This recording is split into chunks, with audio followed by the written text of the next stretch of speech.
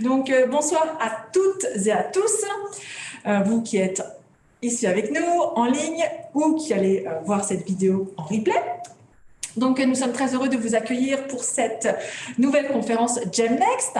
GEMnext, qu'est-ce que c'est? C'est une manière de se rassembler tous ensemble, la population GEM, qu'on soit étudiants, staff, professeurs, parents d'élèves, admins, enfin, tous ceux qui gravitent autour de la sphère de GEM et qui ont envie de réfléchir à des problématiques, des questions portées par nos professeurs, comme Hélène Michel ce soir. C'est un temps où on peut prendre le temps justement de découvrir des thématiques que les professeurs n'ont pas toujours le temps de développer en classe. Et ce soir, on prend le temps de discuter tous ensemble à partir de nos perspectives diverses et variées, de nos intérêts divers et variés sur ces thématiques. Ce soir, nous allons nous régaler avec cette thématique que Hélène a choisie pour nous, « Besoin de rien, envie de toi ». Donc, Hélène Michel, qui est professeure et experte en management de l'innovation, va nous proposer de nous replonger un an en arrière. Nous sommes en février 2021, carrément. Qu'est-ce qui se passe en février 2021? Eh bien, certaines salles de cours réouvrent, d'autres non. Hélène a une idée. Elle se dit, je vais saisir cette opportunité pour réfléchir au rapport que les élèves entretiennent avec leur salle de cours, aux nouvelles technologies qui se sont développées, en menant une étude. Finalement, j'ai des élèves du programme ICE, Innovation, Strategy and Entrepreneurship, à Grenoble, à Berlin, certains vont aller en salle de cours, d'autres vont rester à distance. Eh bien, je vais mener une petite recherche, enfin même une grande recherche, hein, Hélène, je pense, que tu vas nous détailler. Mais en gros, c'est une recherche, une étude que tu as menée sur le rapport des étudiants à leur salle de cours, à leurs professeurs, à toutes ces technologies qui encadrent notre enseignement. Donc aujourd'hui, ce que tu nous proposes, je crois que ça va être un peu un voyage épistolaire, une expérience immersive dans ton matériau de recherche. Et donc, nous sommes très pressés de découvrir cette recherche et de bénéficier de ton expertise. Et on te remercie vivement d'être parmi nous ce soir. Merci beaucoup, Pauline. Alors,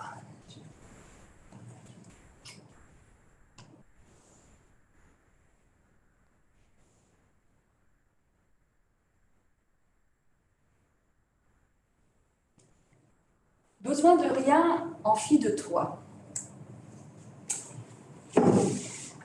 Je commence par ce premier texte. Chère Amphi, nous nous retrouvons après tout ce temps. Je ne faisais pas beaucoup attention à vous à ce moment-là. J'étais jeune, je ne comprenais pas votre importance. Mais cette fois-ci, c'est différent. Je ne m'attendais pas à me sentir si proche de vous. Vous n'étiez plus dans votre pleine gloire. Vous aviez été laissé seul pendant si longtemps. Mais croyez-moi, vous nous avez manqué à tous. L'ennui, le silence, les bavardages et les rires que nous avons vécus avec vous, tout nous a manqué de vous. Quand nous vous avons finalement retrouvés, c'était tellement émouvant.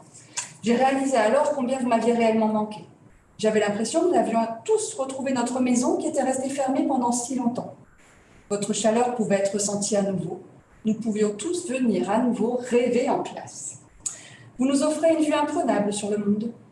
Je sais que le temps ensemble nous est compté, donc j'aimerais que nous puissions avoir ces prochaines semaines beaucoup plus de rêves devenant réalité. Faisons le plein de souvenirs ensemble et avec tous les camarades de classe, vous allez me manquer, bien à vous. C'est le 7 février 2021. Ça se passe à Grenoble. À Grenoble, j'ai 26 élèves internationaux qui sont de retour en classe. Le même programme, c'est un programme que normalement je délivre à Berlin, où j'ai aussi 26 élèves internationaux. Mais eux, ils vont devoir continuer à distance. Ils n'auront pas pu, de toute l'année, accéder au campus. Et là, quand je pense à ça, moi, j'ai quand même des réactions. Quand je pense à ceux de Grenoble, je me dis, oh, quelle chance, ils peuvent enfin revenir. Quelle chance, vraiment. Et Berlin, je me dis, oh, les pauvres, qu'est-ce que ça doit leur manquer, rester en ligne comme ça. Est-ce si évident que ça? Comment évaluer cette expérience étudiante? Comment ils ont vécu ce moment de pandémie et de distance. Alors bien sûr, on met en place des systèmes pour mesurer cela. On a des outils pour mesurer la satisfaction. Et puis, pour comprendre l'émotion, on va s'intéresser à une émotion extrême, on va s'intéresser à leur santé mentale, c'est-à-dire qu'on va mettre en place une hotline pour capter les signaux de ceux qui sont dans un mal-être profond. Très bien, et au milieu, dans le scope du milieu, dans ce qui fait l'année et l'expérience étudiante, dans tous les interstices, dans toutes les failles, comment capter l'émotion? De là vient une idée. Écris-moi une lettre. Et si je demandais aux étudiants d'écrire une lettre qui pourrait leur permettre de partager un vécu, c'est-à-dire narrer ce qu'ils ont vécu ou la façon dont ils se sont représentés ça, livrer une émotion, sous quelle langue ils l'ont vécu? Est-ce que à Berlin, vraiment, c'était les pauvres? Et est-ce que c'était si formidable que ça de revenir? Peut-être donner du sens à ce qu'ils ont vécu, construire cette représentation, et peut-être à travers ce processus narratif, transformer leur regard. Parce qu'en fait, quand on écrit une lettre, peut-être qu'on écrit à quelqu'un, mais notamment, on s'écrit à soi-même. De la même façon que quand on va produire un journal, cette expérience narrative est une expérience qui se veut transformative. J'ai beaucoup de chance parce que je suis dans un cours qui est lié à l'innovation et à la démarche créative. Du coup, je peux proposer un certain nombre d'exercices à ces élèves. Et donc, je leur ai proposé un exercice créatif qui était écrire à un objet. Et ça, c'est une démarche d'anthropomorphisation. C'est quand je vais m'adresser à un objet en lui donnant des attributs humains. Ma bouteille d'eau, que je peux considérer comme peut-être transparente, élégante, tracée, astucieuse, et au fur et à mesure, elle va incarner quelque chose. Et peut-être d'ailleurs que je vais lui prêter une attention différente. Anthropomorphiser, ça voudrait dire s'adresser à la salle de classe en lui donnant ses attributs humains. Au-delà de l'exercice créatif, cela permet plusieurs choses. Quand on va s'adresser à un dispositif anthropomorphisé, eh bien, ça libère notre pensée. Ça crée un cercle magique protecteur dans l'univers du jeu. On cherche à créer ces moments protégés dans lesquels vous pouvez vous libérer. Vous allez rentrer en immersion, vous sentez moins l'espace autour de vous, le temps autour de vous, ça va être la mécanique de flow, d'immersion totale, de vous trouver à la juste place, aligné. Et en même temps, c'est recourir à un système de jeu de rôle qui est aussi de l'ordre des mécaniques de jeu. On va prétendre rentrer dans une relation. Utiliser ces mécaniques pour des programmes de recherche, c'est des choses qui existent déjà. Par exemple, des collègues en marketing, en comportement du consommateur, vont s'intéresser à l'obsolescence et comprendre comment le consommateur justifie le fait de passer d'un produit à un autre. Par exemple, ils vont proposer d'écrire des lettres de rupture à leur téléphone portable afin de comprendre la nature de la décision. Donc, c'est quelque chose qui est connu en recherche, cette mécanique-là. Ce que j'ai proposé aux élèves, c'était écrivez une lettre à la salle de cours ou à la salle virtuelle, puisque ceux de Berlin, finalement, la salle de cours, au libre choix. Et puis, je mets ça dans un cadre conceptuel plus vaste que je suis en train de travailler, notamment avec des collègues chercheurs de GEM. Comment cette anthropomorphisation de l'environnement, de la salle de classe, qu'elle soit physique ou virtuelle, pourrait transformer l'expérience étudiante. Alors, qu'est-ce qu'on va analyser dans les lettres? Puisque nous avons deux groupes d'étudiants, certains revenant en classe et d'autres pas. Avec une très bonne répartition, c'est un public qui se ressemble des deux côtés. On va analyser trois choses. Les relations avec la salle, les émotions et les intentions. Pour analyser les relations, eh bien, on va voir à qui ils s'adressent. Chère salle de classe, est-ce qu'ils disent « je pense à toi » ou « tu me manques » ou « nous ». Comment ils mettent en scène la distance physique ou la distance psychologique. Le niveau de langage, c'est un langage soutenu, nous sommes dans une relation un peu élaborée. Est-ce que cette marque de langage, ça signifie le respect ou la distance. Les émotions. On va essayer de repérer des émotions et nous allons voir par exemple la gratitude, la tristesse, la peur, la joie. Et on va essayer de repérer dans quelles circonstances se trouve quel registre d'émotions. Et enfin, toutes ces lettres ont une intention. Est-ce qu'on remercie? Est-ce qu'on déclare sa flamme? Est-ce qu'on promet fidélité? Est-ce qu'on questionne la relation? Voire est-ce qu'on dit adieu? Et en fonction des circonstances, les intentions sont très différentes. La première chose, c'est que quand je leur ai demandé de s'adresser à la salle de classe, eh bien, il y a eu une première interprétation qui a été la salle de classe comme un voyage au long cours. À ma salle de classe, te souviens-tu de la première fois que nous nous sommes rencontrés aux Pays-Bas? Avec ma jolie robe rose et ma coupe de cheveux au carré. Je sais que c'était il y a longtemps, 22 ans pour être précis. Après toutes ces années, toi et moi, nous avons beaucoup changé. Je pense toujours à toi avec beaucoup d'émotion.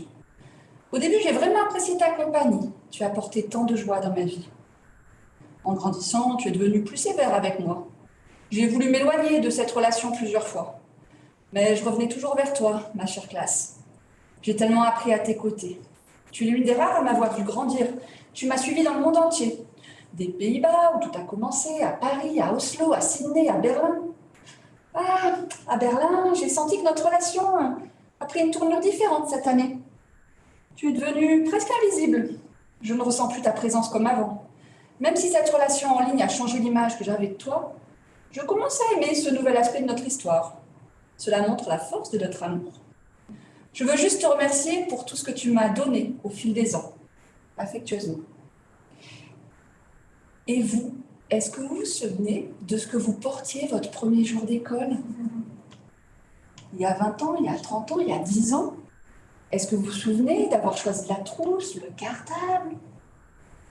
Parce que plusieurs de nos élèves, pour eux, positionnent la relation à la classe comme un voyage au très long cours. Et d'ailleurs, ce voyage, il a des compagnons d'aventure, comme dans une quête. Dans une quête, pour poursuivre la quête, vous allez avoir des aides, des adjuvants, des auxiliaires. Mon sac à dos chéri. Depuis 2010, tu es avec moi tous les jours. Nous avons visité tellement d'endroits ensemble. L'Himalaya, Palma de Majorque et bien d'autres et d'autres. Mes épaules se souviennent de toi. Où que j'aille, tu m'embrasses avec tes bretelles. Je me souviens de l'époque où nous étudions ensemble à l'université. Tu as protégé des livres, des crayons, des stylos et mon meilleur ami, mon journal.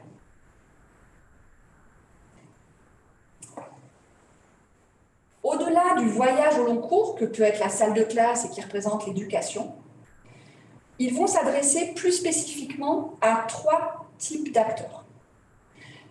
Ils vont s'adresser à la salle de classe physique tout d'abord. Qui s'adresse à la salle de classe physique? Eh bien, principalement ceux qui ont pu y retourner. Et quel est le registre d'émotions? La nostalgie, voire la tristesse. Ils sont contents de se retrouver, mais parce qu'on a failli les séparer. On a échappé au pire. Ouf, on revient. Mais on les sent dans une inquiétude, on les sent dans ce moment-là. Deuxième registre, eh bien, ceux qui sont restés en ligne, contraints d'y rester, eux, ils s'adressent plutôt aux outils virtuels avec gratitude. La découverte, l'expérimentation, l'exploration, la nouvelle rencontre. Chers Teams, Microsoft Teams, je n'ai jamais pensé que j'allais vous rencontrer. Honnêtement, je ne savais même pas que vous existiez. Je connaissais d'autres membres de votre famille, comme votre père Word, votre grande sœur Excel et votre oncle Outlook. Mais vous, aucune idée. La première fois que je vous ai rencontré, c'était juste avant le début de l'année scolaire. On nous a dit que vous alliez être notre principale plateforme de communication. Et bien sûr, depuis que nous avons commencé les cours 100% en ligne, vous étiez et êtes toujours super important. Wow, tant de pouvoir qui vous est donné. Si un jour vous décidiez de ne plus travailler, nous serions tous en grande difficulté. Heureusement, vous étiez au rendez-vous, presque à chaque fois, à quelques exceptions près, comme lorsque vous coupez le son de nos enseignants ou arrêtez de partager leurs présentations, Ou même une fois, lorsque vous ouvrez mon appareil photo à mon insu. J'ai été au petit déjeuner en pyjama. C'était embarrassant, mais bon, sans rancune. Mon expérience avec vous a changé au cours de ces derniers mois. Au début, vous utiliser était un peu difficile, car je ne connaissais pas toutes vos fonctionnalités. Mais avec un peu de temps, c'est devenu facile et même automatique. Maintenant, j'ai l'impression de vous connaître autant que le reste de la famille. Et vous êtes devenu une application quotidienne pour moi. Merci de me faciliter la vie, affectueusement. Le champ émotionnel de ceux qui sont passés directement en ligne sans pouvoir revenir est un champ émotionnel plus positif. Ils ne sont plus dans le déchirement, ils sont sur autre chose. Troisième registre, adressé des deux côtés, qu'ils soient retournés en salle ou restés en ligne, il s'adresse à la promo. Et là, avec gratitude, joie et fierté. Chère promo, c'est curieux de voir comment le choix de ce premier mot peut illustrer nos sentiments. Classe, promotion, amis, que sommes-nous? Que décririons-nous vraiment? Comment décririons-nous vraiment notre groupe? Cette année a vraiment été la plus étrange de toutes. Et pour ma part, en tout cas, je n'aurais jamais pensé que j'arriverais jusqu'ici avec vous tous. Comment construire un groupe sans se rencontrer, être séparés par des milliers de kilomètres, avec des fuseaux horaires différents?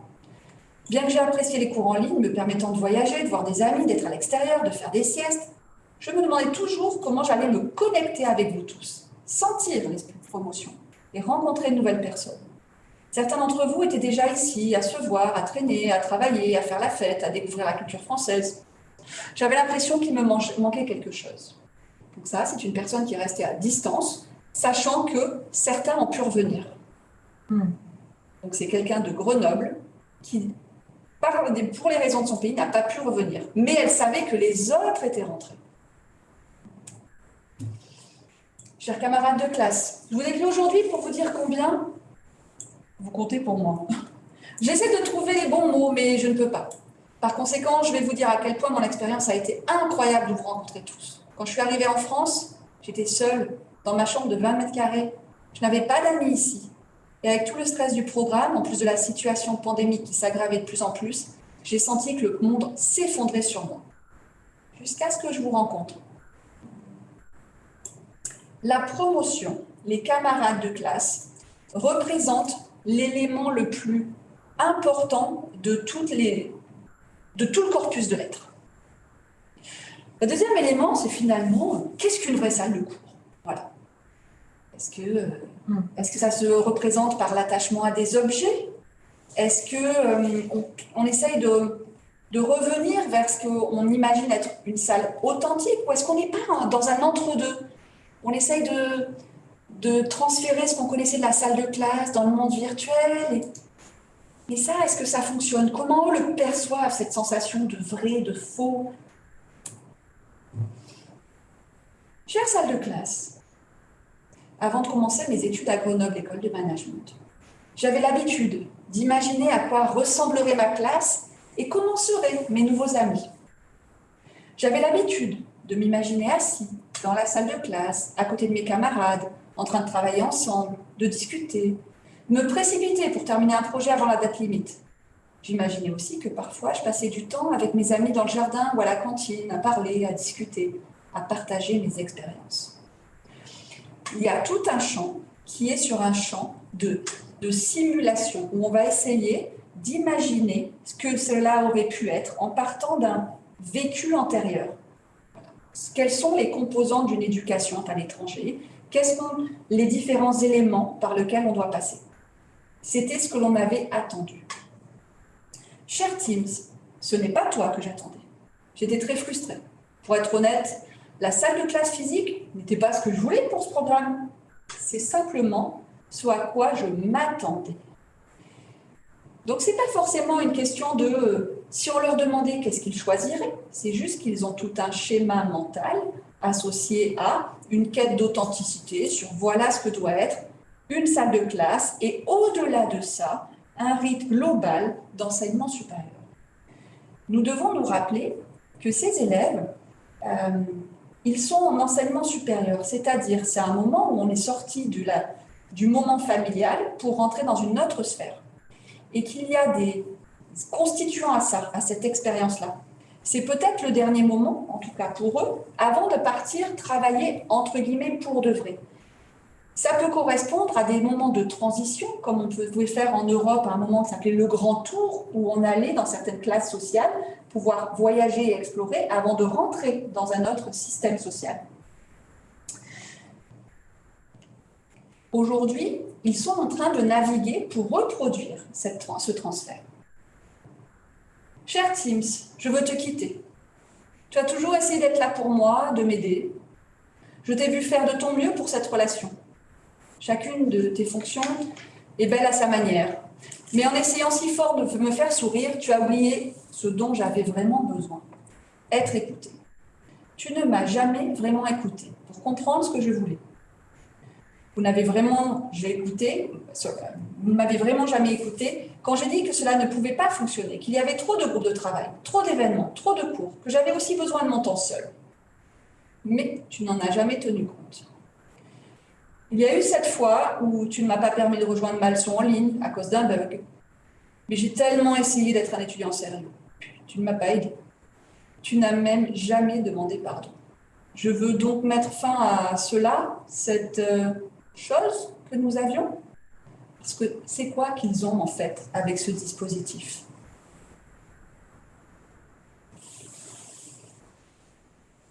Cher Teams, je vais être honnête avec toi, tu me fais rester dans ma zone de confort et ce n'est pas une bonne habitude. À la fois parce que je n'ai pas pu rencontrer mes amis et parce que je n'ai pas eu une vraie expérience en face à face. Maintenant, nous allons à GEM Labs et sur le campus. Et après avoir participé à un cours avec de vraies personnes autour de moi, j'ai ressenti une différence si énorme que j'ai l'impression que je ne participerai jamais plus à un cours. L'expérience réelle est la meilleure et il est très triste de voir que tout le monde change maintenant et préfère l'expérience en ligne plutôt que là. Attention, ce registre-là de comparaison entre le monde qui serait vrai et un monde qui serait fictif, fictionnel, purement virtuel, cette construction mentale-là est faite uniquement par les personnes qui ont pu retourner sur site. Ça renvoie pour moi à une question. Finalement, est-ce que les élèves sont en train de vivre un nouveau rite de passage? Un rite de passage, qu'est-ce que c'est? C'est quand un individu change de statut au sein d'un groupe social. Et ce rite de passage, ça peut se passer avec, par exemple, la communion, la fête des 15 ans en Amérique latine, rentrer dans l'enseignement supérieur, prendre son premier appartement. Ce rite, il va se matérialiser par des cérémonies, la crémaillère de votre premier appartement, par des échanges de cadeaux, ça peut passer aussi par des épreuves, qui peuvent être des épreuves écrites, qui peuvent être des épreuves physiques selon les sociétés, mais qui permettent de passer d'un premier stade à un autre stade. Le rite se compose normalement de 3 étapes. La séparation d'un premier groupe, la liminalité, qui est le moment de transition dans lequel on rencontre cette nouvelle communauté et on est en train d'acquérir des éléments de langage, de comprendre comment fonctionnent les rituels, d'intégrer ces nouvelles règles. Et ensuite, on l'incorpore complètement, ce nouveau dispositif.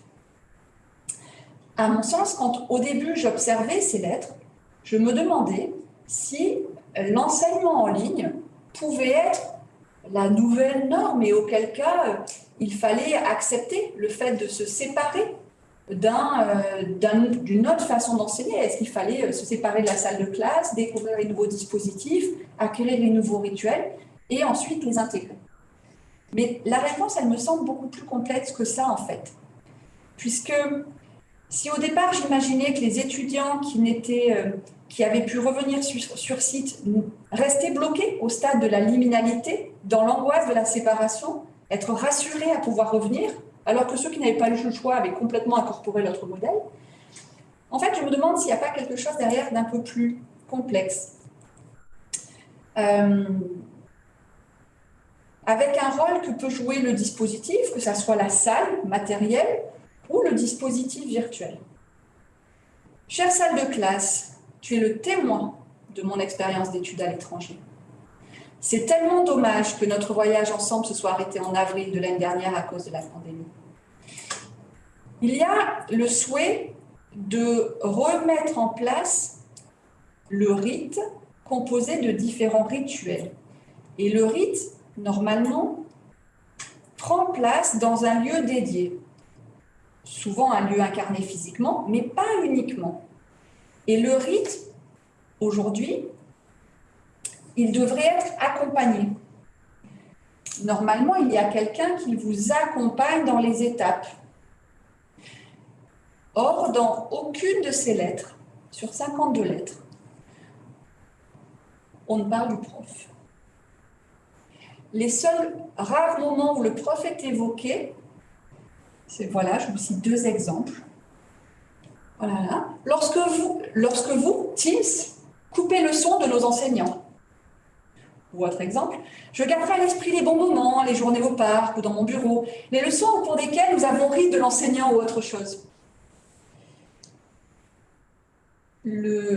L'enseignant est un des éléments d'une forme de paysage ou de théâtralisation, que ça soit de l'espace salle de classe physique ou de l'espace virtuel associé à la salle.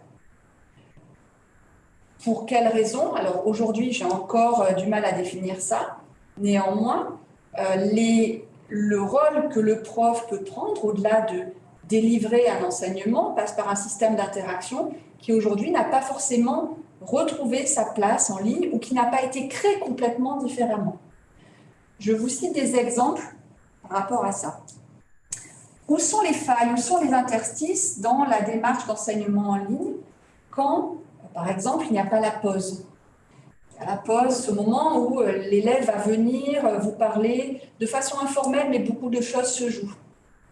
En fait, pour reproduire ces interstices, ou quand vous faites votre SAP en tant que prof et que vous partez tout en discutant avec un élève, ces interstices n'existant pas dans les cours en ligne où on ouvre et on ferme, etc., certains d'entre nous, en tant que profs, ont mis en place des systèmes tels que créer une chaîne pause, dans laquelle, quand on fait la pause, on peut aller virtuellement faire la pause ensemble. On va essayer de recréer de l'interstice, mais en essayant uniquement de simuler et de transposer ce qui préexistait dans un enseignement plus classique ou dans une expérience plus classique.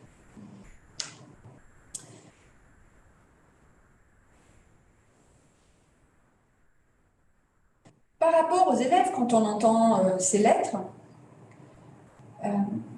faut-il choisir entre 2 modes de formation qu'on délivre, 2 modes d'expérience qu'ils vivent? Est-ce qu'il y aurait un mode de formation, et pour eux un mode d'expérience, qui favoriserait plus le rite de passage qu'un autre? Beaucoup de lettres sont aussi sur la constitution de souvenirs. Et le moment d'étude, dans l'expérience étudiante, semble être une vraie machine à souvenirs structurante autour de la promo, les événements de la promo, avec beaucoup aussi d'éléments et d'émotions de fierté d'avoir réussi ensemble à passer cette étape. Voilà. Est-ce qu'il y en aurait un qui favorise plus? Eh bien, pas nécessairement. Dans les lettres, ça ne ressort pas. C'est-à-dire que ceux qui étaient totalement à distance ont reconstitué tout leur système de rites et de rituels, en passant peut-être d'une démarche où on écoute les pairs PERES aux pairs PAIRS, où ils sont totalement entre pairs. Ils s'organisent en micro-sociétés, ils ont les outils que l'on met à disposition et bien d'autres autour de ça, sur lesquels ils recréent toutes leurs failles, les interstices entre eux. Une suggestion, en fait, c'est est-ce que c'est la démarche réflexive qui contribue à la transformation? Est-ce que c'est le fait de vous donner le temps de réfléchir à ce que vous avez vécu, comment vous l'avez vécu, que ça soit en ligne ou en présentiel, qui va poser les éléments, donner du sens et accompagner la transformation? Du coup, nous nous retrouvons aujourd'hui en février 2022 et quand je me retrouve avec des mails tels que « Madame, pourriez-vous faire votre prochain cours en semi-présentiel ?» Chose qui m'aurait largement questionnée, où j'aurais essayé de prendre ça sous l'angle de qu'est-ce qui est fonctionnellement le mieux, en termes d'interaction le mieux. Aujourd'hui, je me demande si l'élément de réponse, c'est pas plutôt que d'essayer de couper et d'opposer les deux mondes sur une démarche virtuelle, une démarche présentielle, avec le pour, le contre. Ça serait plutôt de voir comment les encourager à avoir une démarche réflexive sur leur expérience, qu'ils soient en présentiel ou en distanciel. Et pour revenir sur mon introduction, sur en fait, on sait bien mesurer la satisfaction des étudiants, on sait bien le faire.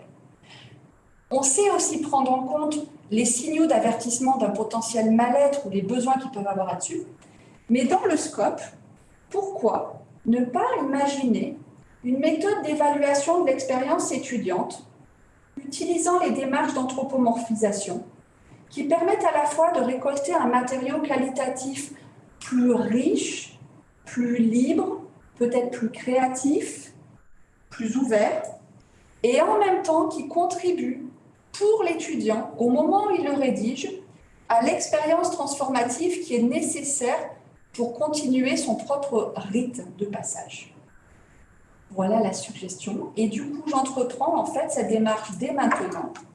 Et je propose à mes élèves, qui sont toujours des AS, à la fin, plutôt que faire un débriefing où on n'a pas forcément le temps à chaud de dire tout, on peut le faire.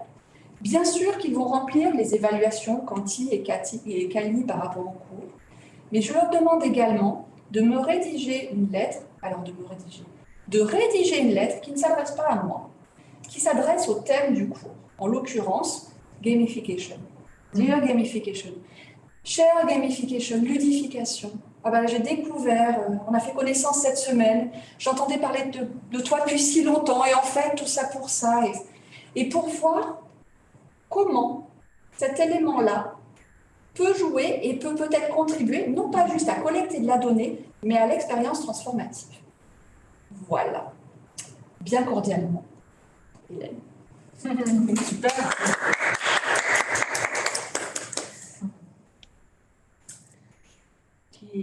Alors, alors attends, je vais me mettre ici pour que tout le monde me voit, ceux qui sont aussi en ligne.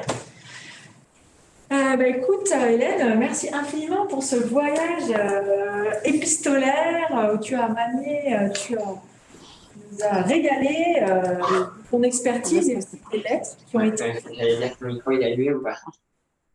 Attendez, il y a quelqu'un qui parle. D'accord. Voilà. Donc, tu nous as régalé de ce voyage épistolaire et aussi donc de tes recherches, de ton expérience en tant que pédagogue. Maintenant, on va échanger entre nous. Quels sont vos commentaires, vos questions à Hélène? Comment vous réagissez? Et vous, si vous aviez écrit cette lettre, qu'est-ce que vous auriez écrit? Donc, si vous êtes en ligne, vous êtes les bienvenus pour interagir avec nous. Je me mets derrière mon ordinateur pour pouvoir regarder vos questions. Et puis, ceux qui sont en présentiel, comme Odile, peuvent aussi interagir. Je trouve que c'est une démarche très intéressante. C'est drôle parce que je pensais qu'il y aurait des sentiments beaucoup plus négatifs. J'ai trouvé que c'était quand même assez positif. Il y avait des choses très positives, par exemple, pour les étudiants qui sont vraiment en distanciel. Notamment pour les élèves qui sont en distanciel. Oui, incroyable. Oui. Alors que j'ai cru comprendre que certains étudiants n'étaient vraiment pas forcément pour les cours en ligne. La preuve, certains témoignages d'enseignants qui disaient que voilà, ils coupaient leur caméra, etc. Donc, je suis assez surprise. Oui, c'est très contre-intuitif. Et c'est peut-être là où c'est intéressant de réfléchir à d'autres façons de de collecter ou de sonder ça, c'est-à-dire entre les mesures que l'on a, parce qu'effectivement, on a fait faire des retours d'expérience, on a une mesure de satisfaction, voir s'ils sont vraiment en détresse, on a capacité à détecter ça. Mais le champ émotionnel est quand même très vaste et peut-être qu'il faut une méthode qui provoque et qui soit différente, qui soit protégée, dans le sens protégée avec un cercle magique, cordon du jeu, etc., pour autoriser cette parole-là. Et effectivement, donc là, on est sur le système où on double code les lettres en fonction des émotions. Et le champ émotionnel le champ émotionnel de ceux qui ont pu revenir, alors que nous-mêmes, nous disons, ben voilà, les organismes d'enseignement supérieur, ils avaient quoi comme scénario? Maintenir le face-à-face au maximum ou essayer d'avoir au moins des points de rencontre réguliers, dès qu'on peut, on réouvre un peu, ou au contraire, tout basculer en ligne. Et puis, un moment hybride, les étudiants qui ont le registre émotionnel le plus... pas juste autour de la tristesse, mais autour de le déchirement, mais enfin on se revoit, etc., sont ceux qui ont pu revenir. Voilà. Alors après, quel est notre rôle là-dedans, hein? Il y a un rôle en tant que délivrer du contenu, assurer le bien-être, les bonnes conditions fonctionnelles, sanitaires et aussi psychologiques par rapport à ça.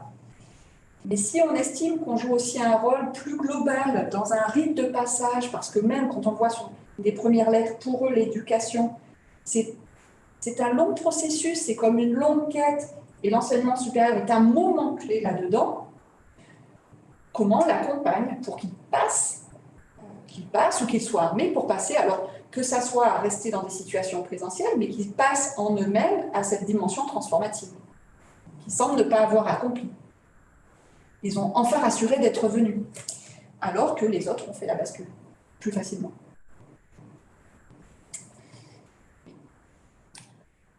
Alors, on vous invite, vous qui êtes en ligne, à participer à nos échanges.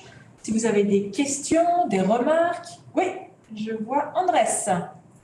Ok. Bonjour Hélène et bonjour à tous. Bonjour Andrés. Je suis très content d'avoir suivi la présentation. C'est une démarche très intéressante. Et moi, au LED, on a beaucoup évalué les outils et tout le côté technique. Et ici, je vois un côté très, bon, je trouve pas le mot exact, mais un côté plus de le sentiment des étudiants qui nous manque beaucoup aussi dans nos réflexions. Et ma question, c'était pour Hélène et pour toi, quelle était la relation avec ces outils? Parce que dans les lettres, il y a les relations, il y a les réponses des étudiants, mais pour toi, par exemple, quelle était la relation avec Teams, avec Zoom ou avec les outils? Et est-ce que tu les as aussi... Alors, j'avoue que maintenant, je me dis, j'aurais dû, moi, à titre personnel, le faire. Et puis, je me dis, j'aurais dû le faire à ce moment-là aussi sur les profs, enfin les autres acteurs, pour voir comment eux avaient perçu ça. Moi, je fais partie des personnes qui disaient ma salle de classe physique, en plus mes enseignements sont beaucoup liés à je suis prof de Lego, Rubik's Cube, mais tout ça n'avait aucun sens pour moi de basculer en ligne. J'étais bien entendu, au-delà des conditions qu'on ne choisissait pas, voilà. Mais c'était, j'avais hâte de revenir à une situation intérieure que je sentais être l'unique situation qui corresponde à la démarche authentique, etc.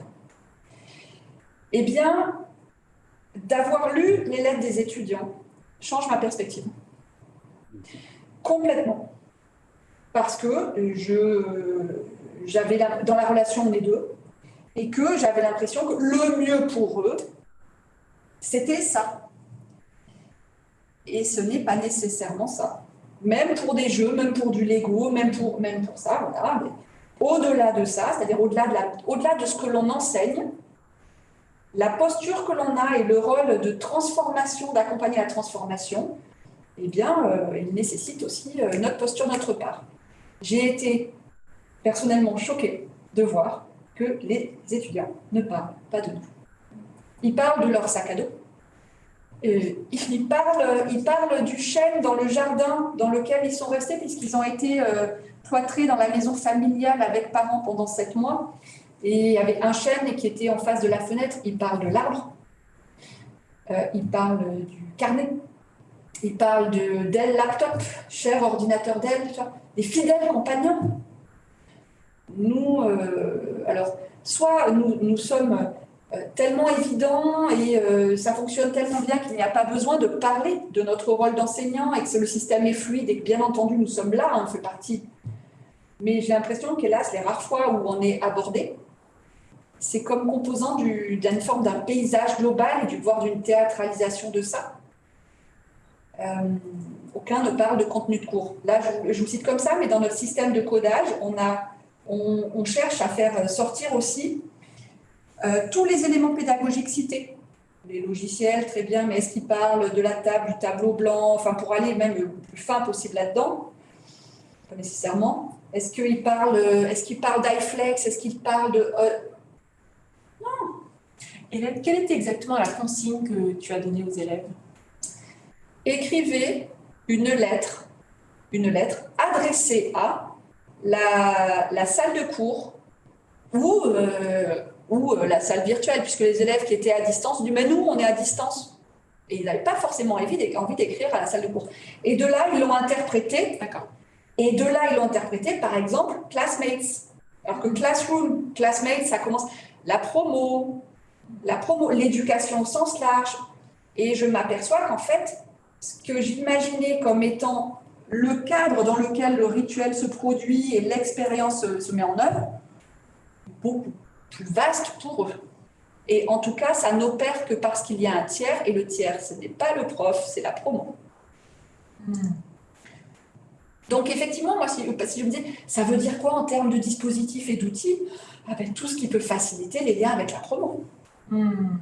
Tout ce qui peut favoriser ça. De toute façon, si on ne met pas en œuvre, eux le gèrent à côté. Ils ont leurs propres outils, leurs canaux, leur WhatsApp, etc. Tout ça est largement mis en place. Pour nous faire plaisir, ils déposeront à l'endroit où on leur a demandé, et encore en insistant, mais tout est... Ils ne travaillent pas avec nos outils. De la résistance. Enfin, je veux dire, c'est la résistance créatrice. Alors peut-être, mais disons que le cadre qu'on leur a proposé est là, ça. Mais en tout cas, ils le font sans nous. C'est ça qui est déstabilisant.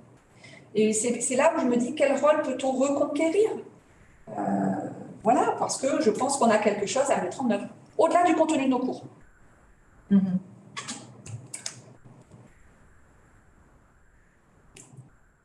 Merci Andrés pour votre question.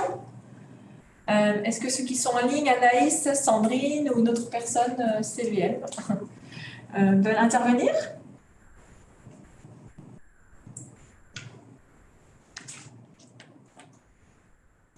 Alors, peut-être ce que je peux faire, c'est redire dans quel projet plus global s'est faite sa recherche. En fait, cette recherche est une déclinaison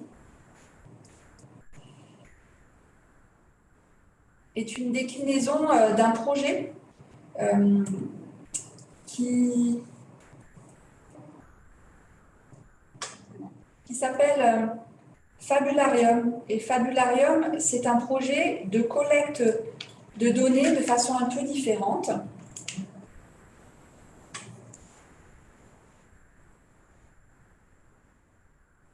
Fabularium, l'idée, c'est dans le cadre de la chaire Territoire en transition, de percevoir des signaux sensibles de territoires qui sont en train de se transformer. Et du coup, je circule avec l'intention de créer un cercle magique un peu décalé, disproportionné, etc., avec un bureau mobile et une machine à écrire. Et je vais aller en montagne ou dans des lieux étranges pour collecter des lettres de passants adressées à un territoire.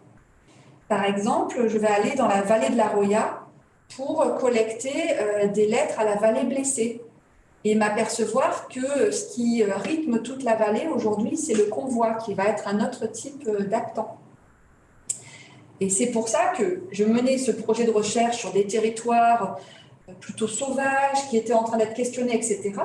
Et quand même, il faut se rendre compte que la salle de classe fait partie des territoires qui ont été largement impactés. Et je me suis dit que j'aurais pu collecter directement au plus près de chez moi, c'est-à-dire sous mes yeux, ce territoire inconnu, rendez-vous en terre inconnue ou peu connu finalement, c'est notre salle de classe. Et c'est pour ça que j'ai commencé à collecter via ce dispositif. Et l'idée, c'est de trouver des méthodes qui permettent de capter des signaux sensibles, différents, qui ne rentrent pas dans les méthodes classiques que nous avons. Et c'est ce qui se produit pour besoin de rien en fait de toi. C'est quelque chose qui n'est pas aujourd'hui capté par nos indicateurs de mesure ou nos sondes actuelles. Voilà. Moi, j'avais deux questions. Une première question, c'est tu as parlé d'accompagner la transformation des étudiants par rapport notamment à cette liminalité. Là, tu as parlé de dimension transformative. Et est-ce que tu pourrais nous préciser ce que tu entends par transformation? C'est quel type de transformation? C'est le changement de posture qui fait qu'on se sent admis, faisant part, contribuant à un nouveau groupe social et peut-être passer du rôle de jeunes étudiants qui, alors ils sont un peu plus âgés dans ce cas-là, mais j'ai un certain nombre de lettres d'étudiants qui vont dire c'est la première fois que je pars à l'étranger, c'est la première fois que je quitte mon pays et du coup c'est sur une autre langue, on a toute cette dimension-là. Et c'est le moment de séparation qui peut être pour certains voire un déchirement avec une situation antérieure pour acquérir les règles du jeu, les fonctionnements d'un autre univers. L'enseignement supérieur international contribue à cela, à faire en sorte d'avoir des élèves qui quittent leur pays, au-delà de quitter la famille, ils ne vont pas étudier à 100 km de chez eux, ils quittent leur pays, ils parlent dans une autre langue, c'est sur d'autres registres, ils vont parler, dans les lettres, ils vont parler de la nourriture qui est différente, ils vont parler de ces éléments sensoriels, ils vont parler de la différence du pays, etc. Et ils viennent là parce qu'il y a le campus, parce que c'est l'enseignement supérieur qui les fait bouger. Et ensuite, ils vont peut-être rester, chercher du travail, etc. Et on va les aider par la formation, par la recherche de stage, mais par la salle, les codes sociaux, la théâtralisation, les moments qui se jouent ici, les moments qui se jouent au moment où on part dans le couloir. Et finalement, tout se passe à ce moment-là, quand on sort, à endosser ce nouveau rôle. Voilà. Okay. Et ma deuxième question, c'était sur l'utilisation des lettres réflexives pour évaluer un cours, ou pas. Le mot évaluer, c'est pas vraiment le bon terme, mais c'est pour finalement comprendre ce qui s'est passé pour nous dans un cours ou dans un programme, et ça m'intéresse beaucoup, puisque moi-même, je suis engagée dans des programmes de recherche ou des évaluations de programmes. Et donc, j'aimerais bien que, si tu pouvais nous partager un petit peu ton expertise ou sur cette question de dans quelle mesure les lettres réflexives, qu'est-ce que ça apporte dans l'appréhension d'une expérience de formation? Pourquoi les utiliser? Oui. Alors là, à ce jour, là, je n'ai pas la réponse, c'est ce que je souhaite mettre en œuvre. Aujourd'hui, dans les dispositifs narratifs, il y en a plusieurs. Il y a par exemple la tenue d'un journal de bord, mais vous êtes censé être le seul à le lire. Parfois, vous pouvez le partager, mais dans ce cas-là, il faut que la règle soit donnée avant. C'est-à-dire, vous savez qu'à un moment, ce journal de bord, un tiers le lira avec bienveillance, confiance, etc. Mais là, la règle d'utilisation du matériau doit être très, très claire dans le dispositif. Mais ce qui est particulier dans l'anthropomorphisation, mais qui peut être aussi un très gros biais et poser problème, c'est que ça va changer la mécanique. C'est un jeu de rôle. Et on prend cette posture de jeu de rôle. Il faut voir que pour certains étudiants, plusieurs fois, ils m'ont demandé « C'est quoi la consigne ? Vous êtes sûr sur la consigne ?» Et je me suis dit « J'attends de voir leurs lettres, ça va être extrêmement… Je prends le cas sur gamification. J'ai fini ce cours sur Berlin, je l'ai fait la semaine dernière. Et Et donc, j'ai commencé à recevoir les lettres des étudiants Art Gamification, sachant que ce cours, j'aurai les données autour, les indicateurs de mesure. J'ai une étudiante qui m'a fait une lettre fantastique pour m'expliquer qu'elle quittait Gamification parce que ce n'était pas une relation faite pour elle. Et cette lettre est tellement, pas juste créative, c'est pas juste parce que ça peut être ou drôle ou créative, la richesse de la lettre, de pourquoi, de ce qu'elle vit, de comment elle perçoit l'interaction, etc., est extrêmement intéressante. Voilà. Et c'est une lettre de rupture. En revanche, pour moi, ce matériau-là, au-delà de dire, tiens, est-ce qu'il faut que je fasse mon cours avec moins de personnes, plus de personnes, gestion du temps et tout, adresse quelque chose de beaucoup plus global sur le rôle que remplit le cours. Moi, j'entends en fait deux choses dans le rôle de ces lettres. Ça peut être à la fois utilisé pour permettre à l'étudiant de développer de la réflexivité sur ce qu'il ou elle a appris. Donc, ça peut être utilisé comme un outil de formation. Oui. Et en même temps, pour nous, ça nous permet de prendre en compte les émotions dans l'évaluation ou la compréhension de l'expérience étudiante. Parce qu'aujourd'hui, la satisfaction, je ne pense pas que la satisfaction mesure l'émotion ou cherche à comprendre l'émotion. L'émotion, si tant est qu'elle soit intégrée dans nos mesures, c'est quand l'émotion est dans un stade critique, où on fait appel à une hotline ou avec un service d'accompagnement. Alors je pense je voudrais questionner, je voudrais comprendre quelle place peuvent avoir les émotions dans la structure de l'expérience étudiante. Ce que je voulais dire, c'est qu'en fait, cette lettre, elle fait partie du dispositif pédagogique.